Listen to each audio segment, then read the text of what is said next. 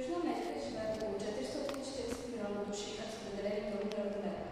Гъстонаселени са източното Атлантическо крайбрежие, както и планината в планината Анди. Рядко населени са високите Анди и Патагония, а практически ненаселени са огромни територии от Амазония.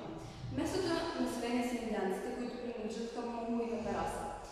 Те са 10% от броя на населението и се занимават с земеделие, което включва отглеждане на ечемик, просол, царевица, картофи, лузя и памук, както и стада алпаки, и работят в мините за добив на медна руда.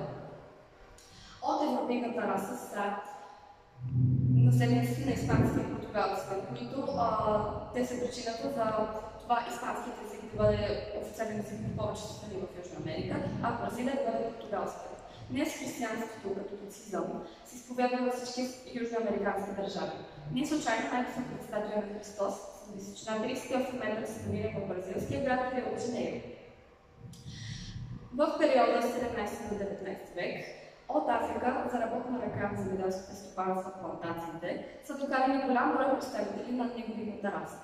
В началото на 20 век са заселват и европейци от други страни в търсене на по-добри условия за живот на континента, а към средата на 20 век се заселват и азиатци.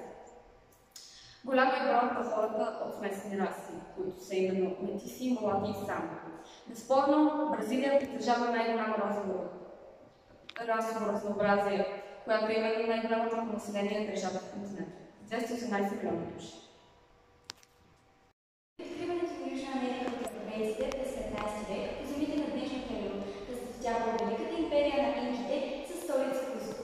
Титлата на владетеля била Сава Инка и се смята за нещо като потомък на богът на слънцето. Всички важни въпроси и дела били връчвани на държавните чиновници, които контролирали всичко.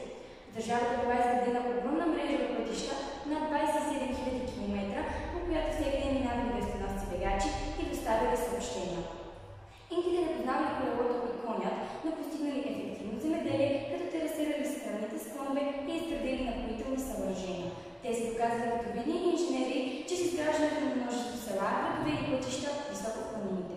Те си нямали своя писменост и затова използвали кибо, което представлявало дълго въже с закрепени за него цветни връщици с навързани от него множество възли, като всеки възъл значи дадена информация, която най-често била цифрова.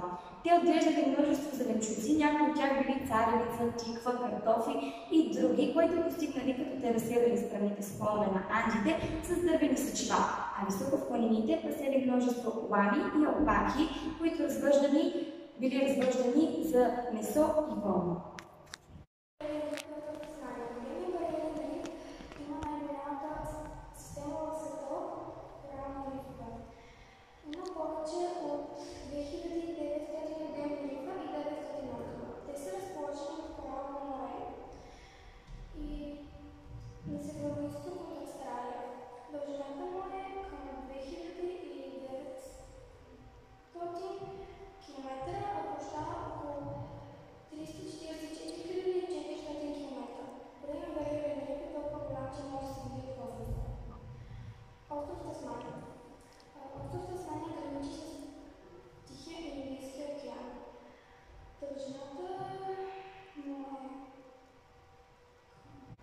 Вестоносците бегачи доставяли множество съобщения и пакети из цялата страна, които постигали като един измине дадено разстояние и после го замени с друг, а за да стане по-лесна замяната, те съобщавали пристигането си чрез голяма морска ръковина.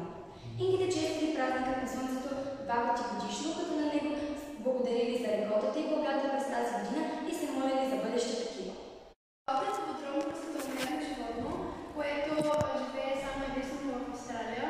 Външно прилича на лечение, но няма нищо общо с мечките, само единствено, че е безайник.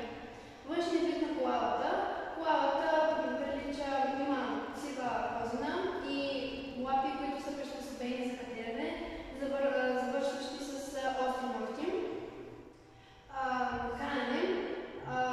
Коалата се храни с евкалиптови листа и метаболизъм е много забавен, това не се нуждае да много листа. Само 1 килограм листа е един ден. Размножаване. Размножаването на коалите се получава при женската коала, получава своята пол